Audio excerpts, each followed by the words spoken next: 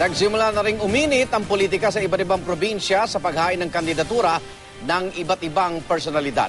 Mula sa mga datihan na sa politika hanggang sa mga artista, nakatutok si Rida Reyes.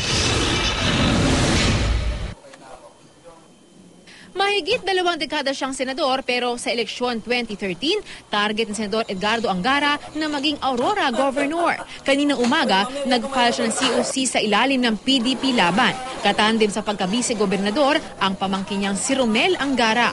Makakatunggalin Senador Angara si Attorney Gerardo Noveras, ang kasalukuyang pangalawang punong lalawigan. Mga dating mukha rin ang nag-file ng kandidatura sa iba't ibang probinsya. Sa Maguindanao, tatakbo muli bilang gobernador si Toto Mangudadatu. Ang dati niyang kaalyadong si Sultan Kudarat Mayor Tukaw Mastura, makakalaban niya ngayon. Di rin mawawala ang mga artista.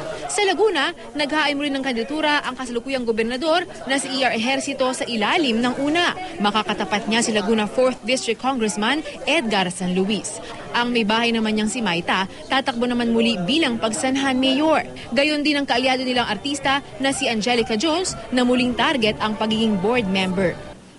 Sa Leyte, pinakaunang nag-file ng kanyang COC ang re-electionist na si 4th District Representative Lucy Torres Gomez. Makakatunggalin niya si incumbent Ormoc Mayor Eric Codilla.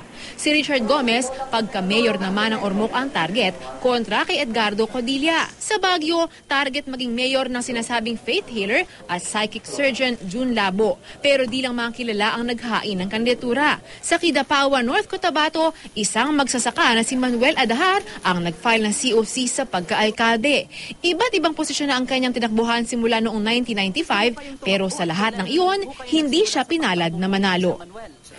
Rida Reyes, nakatutok, 24 oras.